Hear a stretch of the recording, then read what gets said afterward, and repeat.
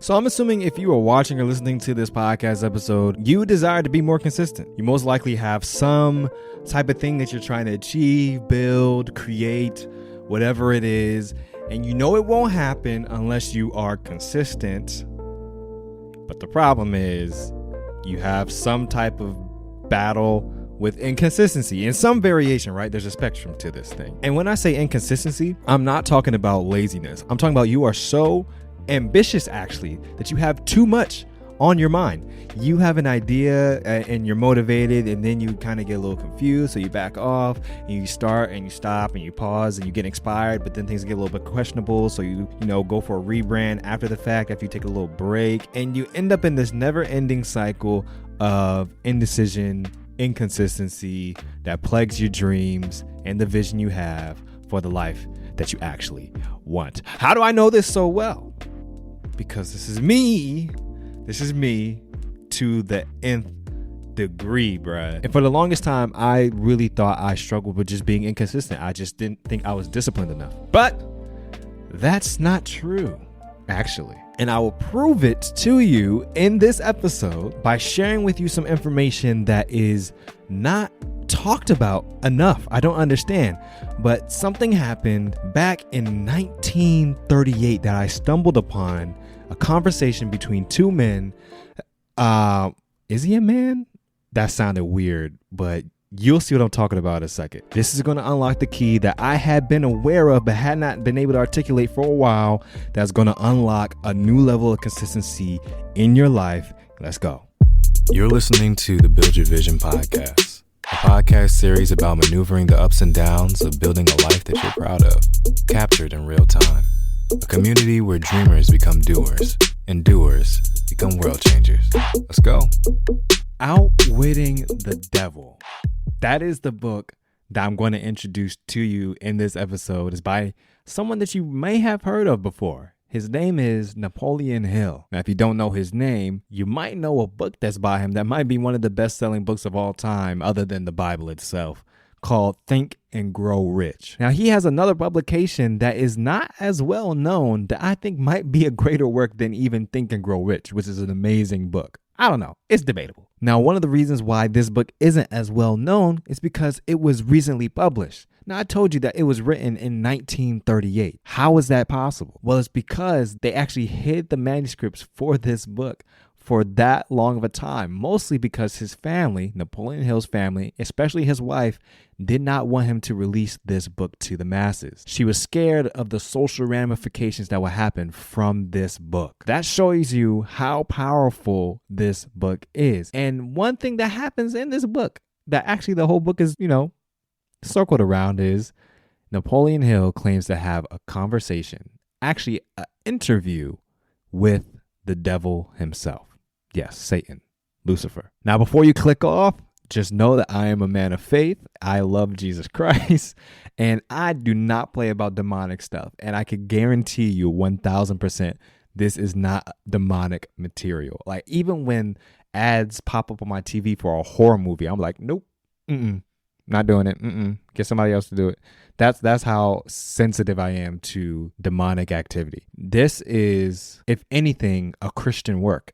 But I want to let you in on something that perfectly articulates the key to consistency that is being completely overlooked and not talked about. When we think of consistency, we think of discipline, right? David Goggins, right? No excuses. You just got to get up and do it. Got to push through, Mamba mentality.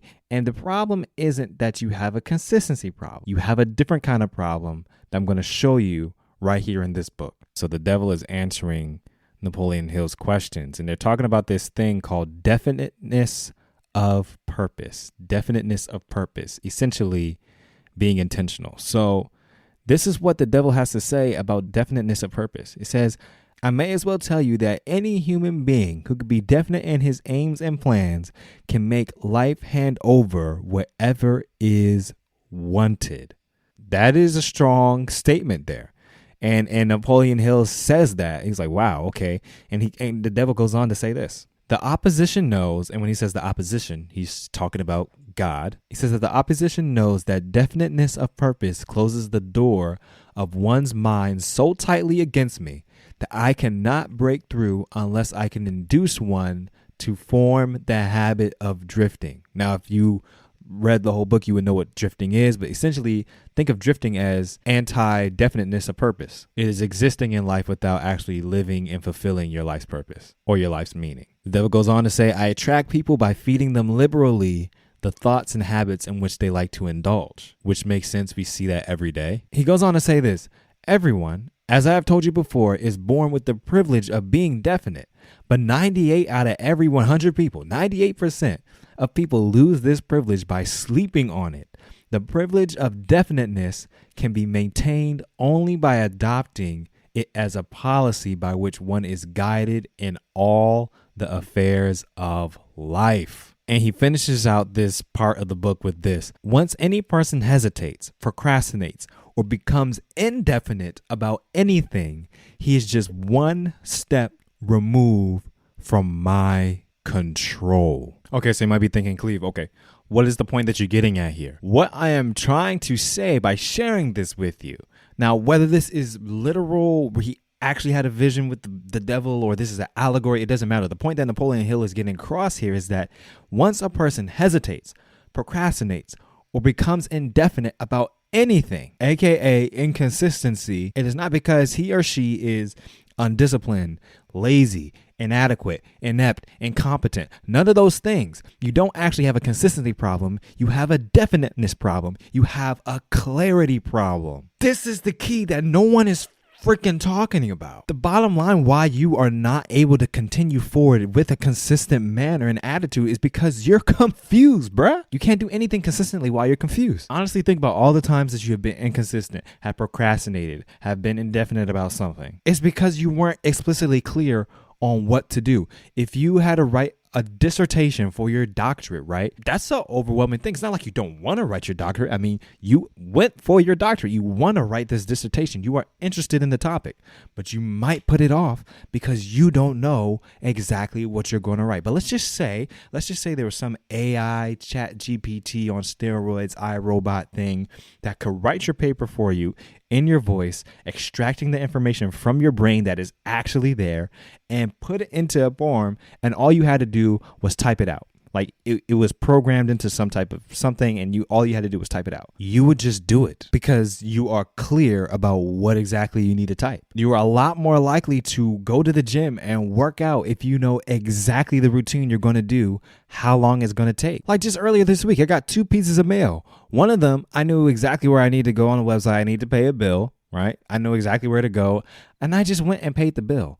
The other one was another bill, but I had never paid that bill before, so I didn't know exactly how to do it, and I put it off for like another 4, 5, 6 days just because I don't know. I just didn't know exactly what to do. It didn't take that long to figure out what to do, but I didn't do it because I wasn't clear. Is this making sense, y'all? So in order to be more consistent, we have to get more clear. We have to have more definiteness of purpose, as Napoleon Hill says. So that begs the question, how do I know what that is? Great question. Here's one question that I asked myself a little while ago that it tapped into something that was there the whole time, but it was like suppressed under the pressure of like reality and situation and circumstances and all these other things that suppress creativity and vision. But when I asked this specific question, it freed my mind to actually speak what it meant and what it felt. Here's the question, and I want you to answer this too. If you knew you couldn't fail, what would you do? If it was 100% guaranteed that you were going to succeed, what would you do? And when I tell you I just wrote this down, my hand was like a bullet train on this paper because I knew exactly what I wanted to do. But I was holding it back because I didn't think it was realistic, or I didn't think it was plausible, or I thought it was too ambitious. I was scared of the amount of work, or I was scared that I might fail trying to do it and publicly look like an idiot, or whatever it was. But I'll tell you one thing, once I wrote that vision down, I was crystal clear on what I needed to do and who I needed to become to achieve that goal. Now you might say, I legit don't know what I want to do. I legit don't know what I would do. There's an episode that I did called How to Find Your Why. It will be linked up in one of these places here. And if you listen on the podcast, it'll be in the show notes. And if you're watching on YouTube, it will be in the description of this video. Listen to that and it'll help you get clear on your North Star. And if you want to do this in real time with some community, sign up for my Find Your Why Challenge. I'll put the link to sign up and pre-register in the show notes as well, where we will teach you how to get crystal clear about who you are, whose you are, and what you're designed to do. And not just what you're designed to do, but how you can accomplish it on a practical daily basis. All right, guys, see you in the next one. As always, keep building your vision every single day. Peace. Executive production by Clee Davis. Music production by Clee Davis and Christian Hernandez. The Build Your Vision podcast is a product of Build Your Vision, LLC. Hey guys, Clee here. Thanks so much for listening to the Build Your Vision podcast. I hope you enjoyed this episode. I would think you did if you stayed all the way to the end. The best thing that you could do to help support this show is by sharing it with somebody. By you just taking a few seconds to recommend this show to somebody, you are making a huge impact, not only on the success of this show, but possibly on that person's life.